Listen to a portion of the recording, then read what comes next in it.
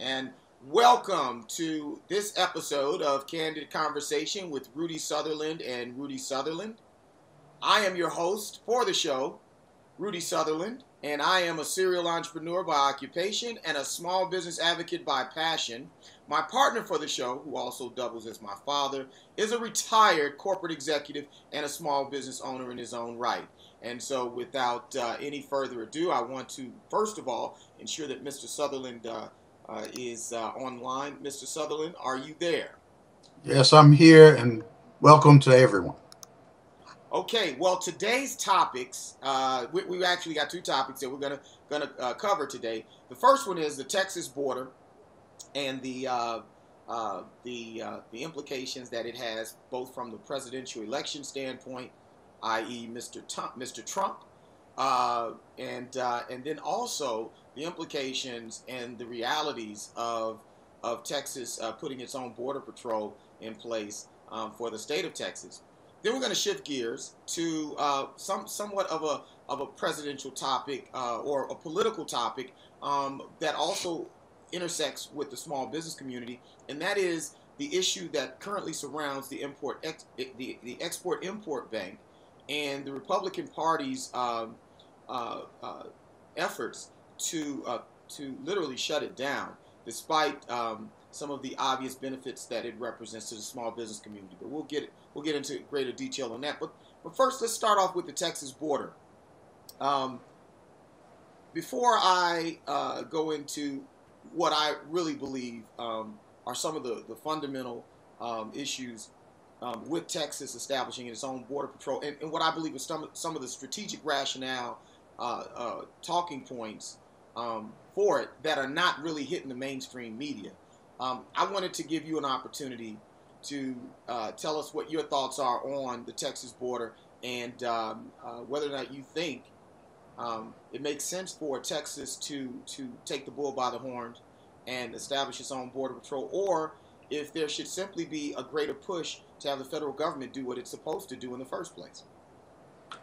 Well, I think you're exactly right. The government, the federal government, should handle that because that's what they do. The Border Patrol has done a fantastic job over the last 3 or 4 years. And what I think has happened is because of this running for president, that Texas have allocated $800 million to spend on the border with no way of evaluating its success. Mm-hmm. Uh, it also is taking credit for what the Border Patrol is doing. One of the things that I've read was that they had bought these boats to go up and down the river, and they're, what was it like they're dry docked. like $500,000 or something like that, a boat or something like that? Yeah. And they're standing still, and every once in a while you'll see a boat, and then they'll come on and say that they are doing all these great things on the border when in actuality they're getting in the way. The Some of the border towns are upset because they have certain officers, like game warden officers, carrying weapons and not doing what they are supposed to do. It's all a complete mess on the border. And I think with the crime rate has dropped dramatically on the border before this Texas division got out there, and Right. it's just causing all kinds of havoc. Well, you know what? I mean, that speaks to what I'm calling what this is, and what you just stated. In summary, is a synthetic stimulus package. No matter how you scratch it, I mean, I really think that this is cover for the state of Texas to essentially do what it knows needs to be done on the southwest border of Texas, which is get some money down there to stimulate the economy. I mean, let's face it. Here's the irony: those border counties, those border little towns, and that type of thing. Per capita, I think the average wage or salary is like $21,000 a year. Now think about that in the state of Texas, and in particular in an area where you've got the primary catalyst for the economy is Border Patrol and the officers that are down there. And so with with what you have there is an invasion for all practical purpose of those towns by the Border Patrol, and it's a means by which to create jobs. Because let's face it, the lion's share, I think somewhere in the neighborhood of 250 new Border Patrol have been established based on that budget, that $800 million budget number. And so what you've got there is the equivalent of a stimulus that's based on a fallacy. Because like you said, the irony there is that the number of crossings has dramatically decreased. It's not an issue anymore, but it's almost like there's a lag between when an issue is resolved and when we actually acknowledge that that issue has been somewhat resolved. Why? Because it's a talking point in the current presidential election. It's a talking point that the Republican Party apparently feels is important enough that it be in my opinion, exaggerated. And the truth of the matter is that if the federal government, this is the irony, I guess the double irony of it, is that in my opinion, if the federal government, which again is led primarily by, or is driven right now primarily by the House and the Senate, because Republicans in the House and the Senate, that monies could be allocated, right? They control the purse strings. They could easily allocate funds for the Border Patrol, or for the Texas border, what have you. It's in their bailiwick to do so. And of course, I don't think the president would veto anything that allocated in any bill that allocated funds down there. I don't understand. It's a whole bunch of spaghetti logic. But here's what I do know. I know for a fact that Donald Trump, for one, on the Republican side, has he's actually done something I think pretty noble, in the fact that he's pointed out the fact that he recognizes the benefit to that community for those funds. Because correct me if I'm wrong, he aligned himself with the AFL-CIO, the union that actually represents the Border Patrol agents, right? He said that they basically support, because he's saying, in essence, put money down there and fortify. He wants to build a wall in certain places and that type. Whatever that is, bottom line is it's going to drive money to that economy.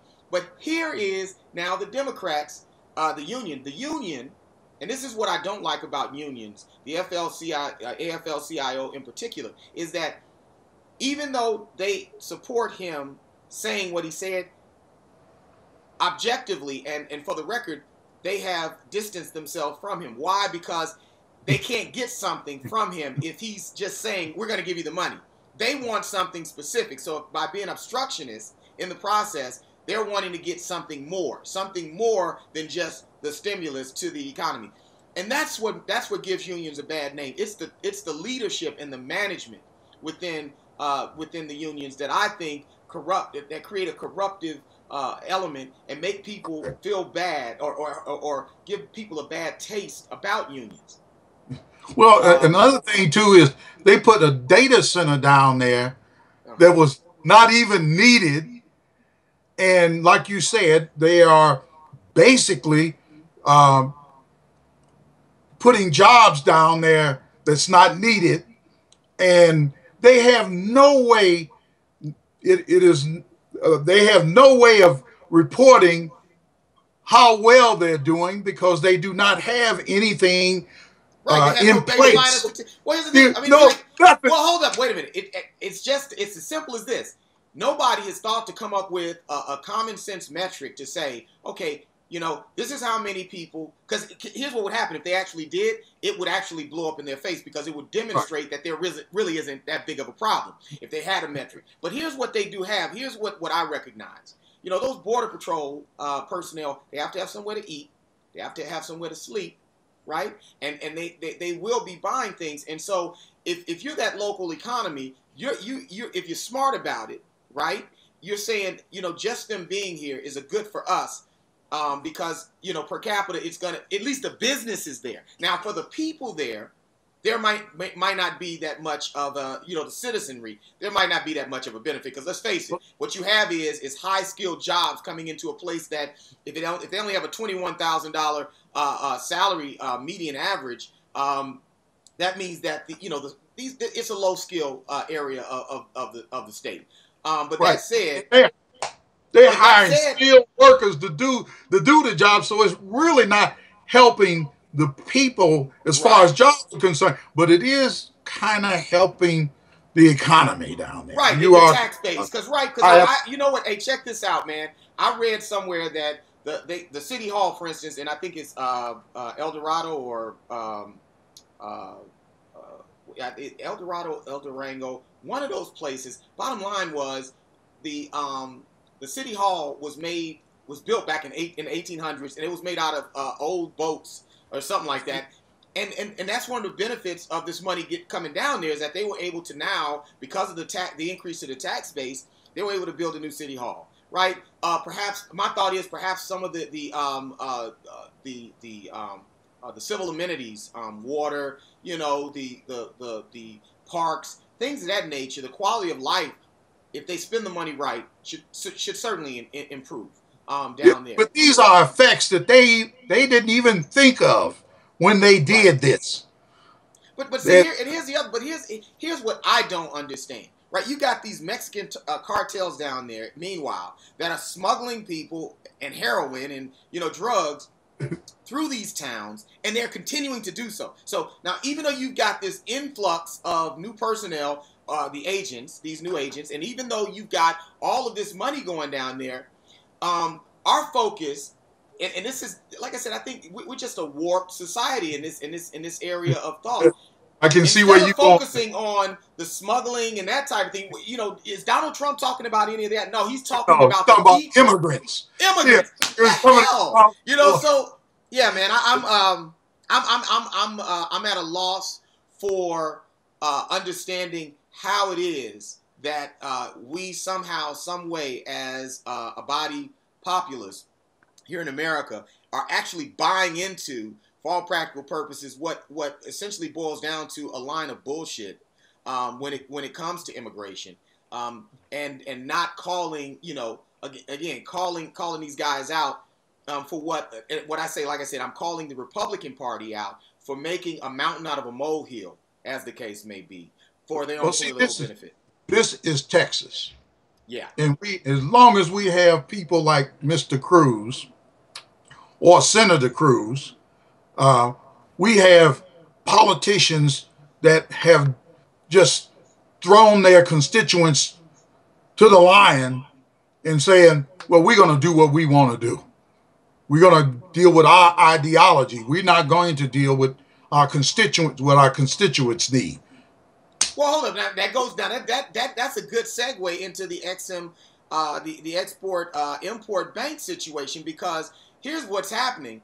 Ted Cruz, and I want you to chime in, when you deem it appropriate. But Ted Cruz has been taking money from businesses, insofar as continuing his trek towards the presidency, and indeed in his run up to become a Texas senator. So he's taking money from companies that are benefiting his. Now these are his constituents, right? Because if I give money to you, I'm your constituent. So he's taking money from businesses that benefit from the export-import bank. Then he turns around and is one of the chief architects of dissolving the bank itself. Well, he calls it cronyism and corporate welfare. And I'm sitting up here thinking, have this man really, I mean, I understood he was a Tea Party guy and everything, but I never in my wildest dreams think that we have a guy that is just going completely against his constituents. Right. Hold up. Wait a The minute. Now reason why he's let me.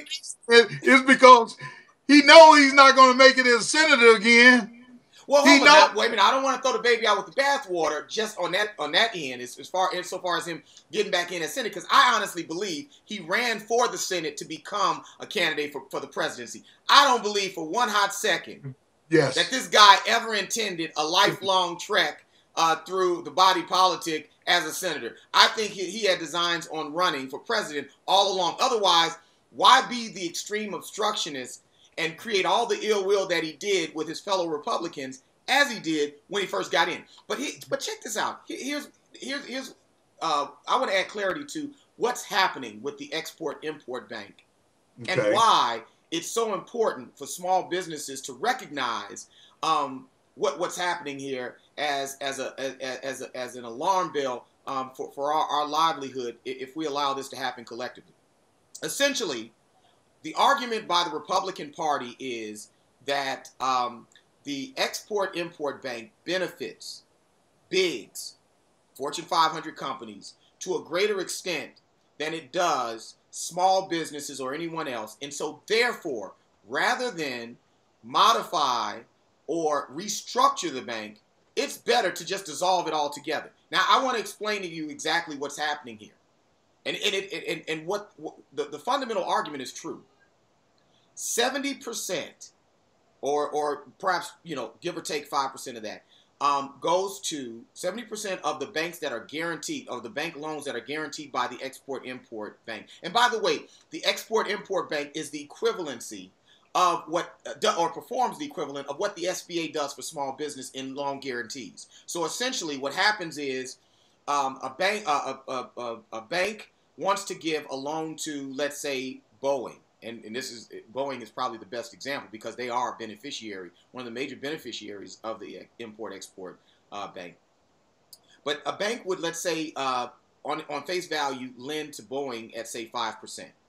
Or maybe 7% because of the risk of where they are selling or exporting their products to, whatever the case may be.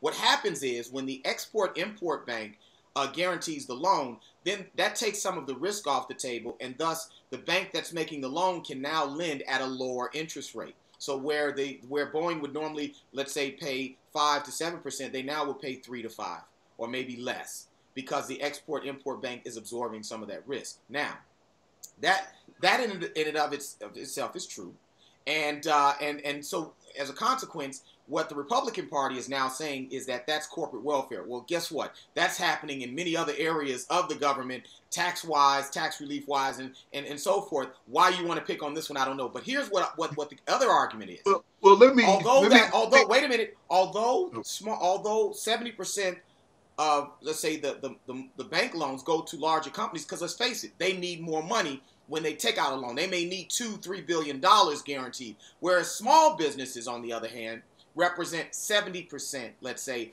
of the number of businesses that get the loans, but only 30% of the money. Why? Because smalls generally only need, let's say, $300,000 to $400,000 at a time guaranteed, but in much larger volume, much greater numbers. And so that said, there is a benefit. Bottom line, there's a lot of small businesses that could not sell or export without the assistance and the lower interest rate that they get from the import or the Export-Import Bank. And so how the Republicans feel that it's necessary to literally shut it down, you'd have to ask yourself, as opposed to figuring out a way to keep what's good going and cut out what's bad, is a mystery. Well, the biggest problem is this. They have let the Tea Party members control aspects of what they should vote and how they should vote. This has been happening, and now that the Tea Party is starting to lose some of its power, it's getting harder and harder. But you have people like Cruz that keeps at it. But what the biggest problem is Republican leadership has just about given in to these far right menaces. And tell you the truth, trying to kill small businesses in this country. Well, that's what listen to me.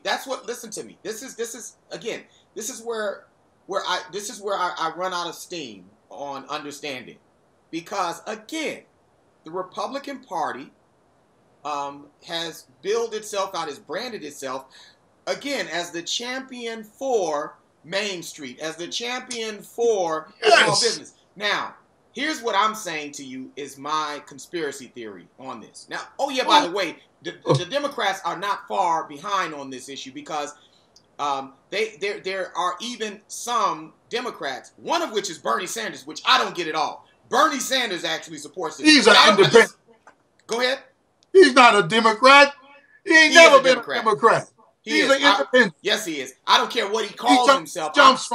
He jumps from one side to the other. He's always been that way. In my opinion, listen. All right, we'll have to agree to disagree on his affiliation. I fall practically. He's a Democrat in my opinion. I don't care how you scratch. He's a Democrat. He's a far left Democrat.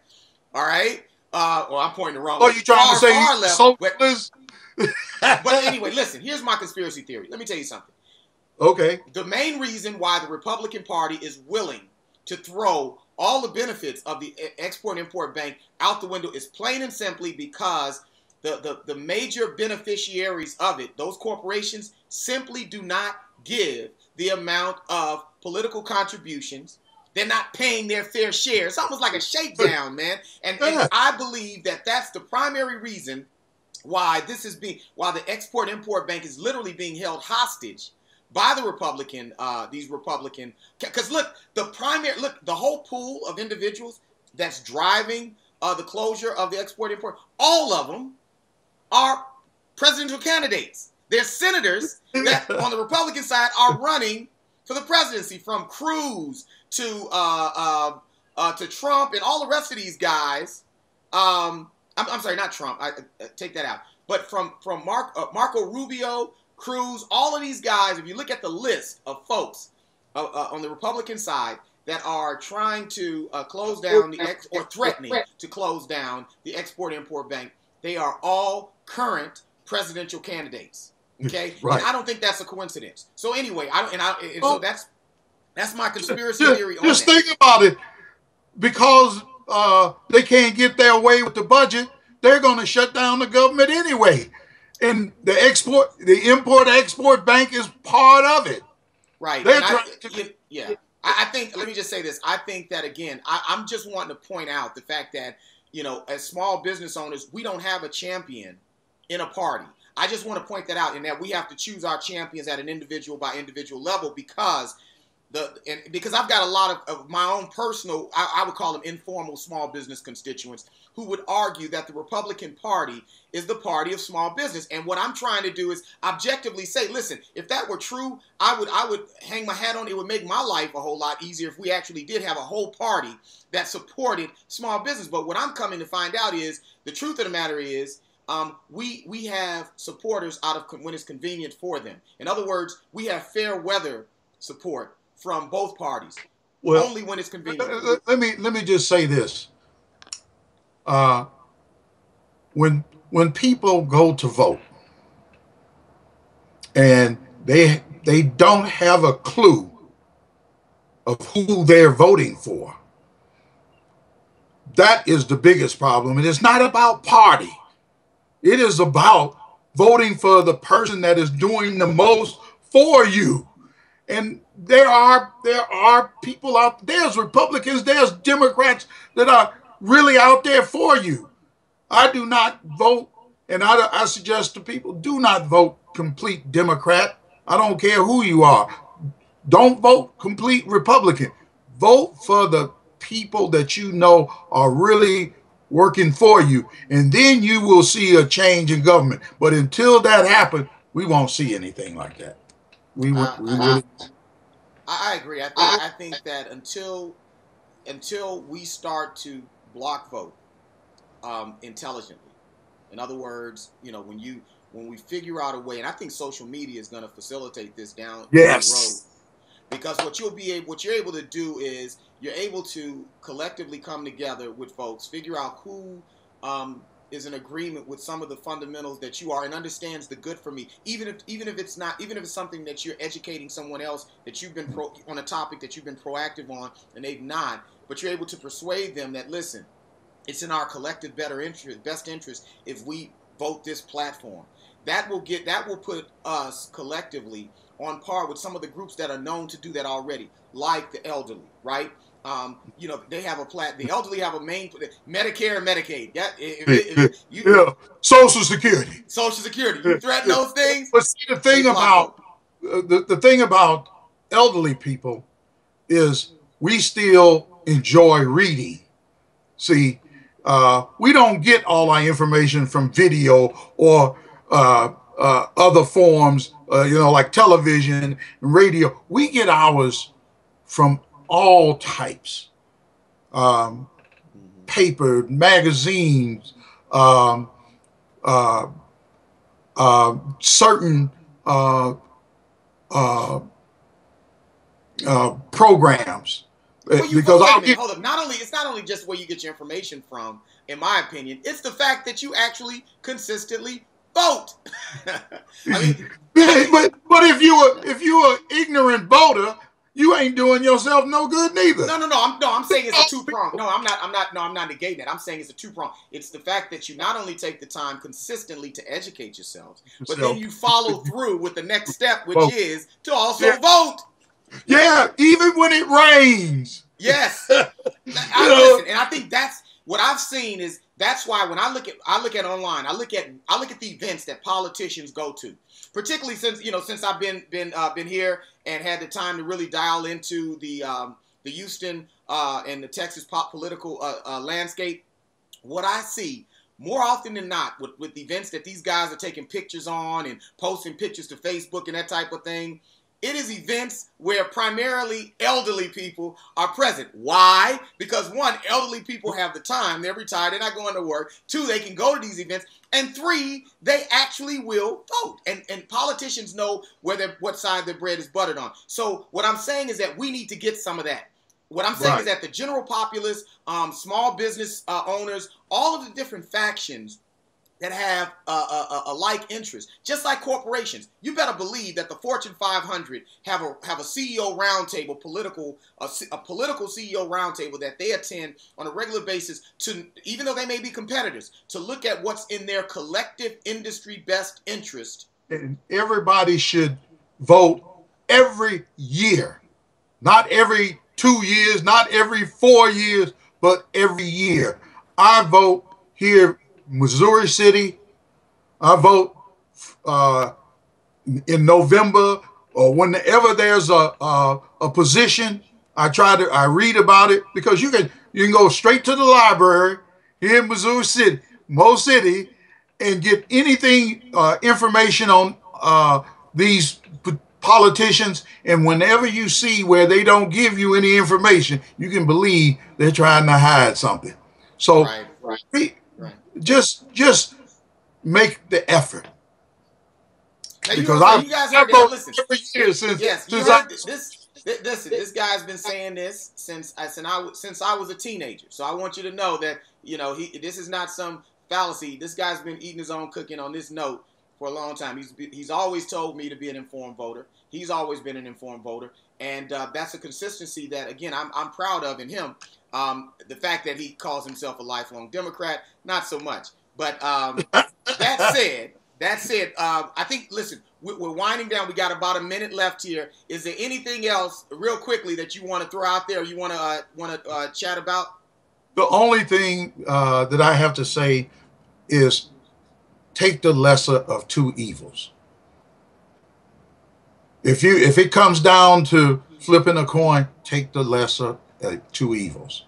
And that's my first. Real quickly, I don't want to turn this into a main topic, but speaking of that, is it your contention that a non-vote is a non-vote where you cannot choose the better of two is just as legitimate a vote as an actual vote? Or do you believe that you should? So what I'm saying is if the information that you have on the people that you want to vote for you take the lesser of two evils. If you do not know anything about these people, don't vote for them. You don't have to put your Hancock on somebody you don't know nothing about. Here in Texas, they vote on all these judges. I don't know half of them, and they won't give you any information. That's the truth. That's the truth. It's like, man, they just put their names out there, and it's like, you're forced to make a decision. Anyway, all right. Enough said. We've run out of time. Listen, this was a great session, man. I think this is probably we're getting better with time here. So listen, I want to thank everyone for dialing in, and we'll see you next time on Kandid Konversation with Rudy Sutherland and we hope that you guys have a great weekend. Take care.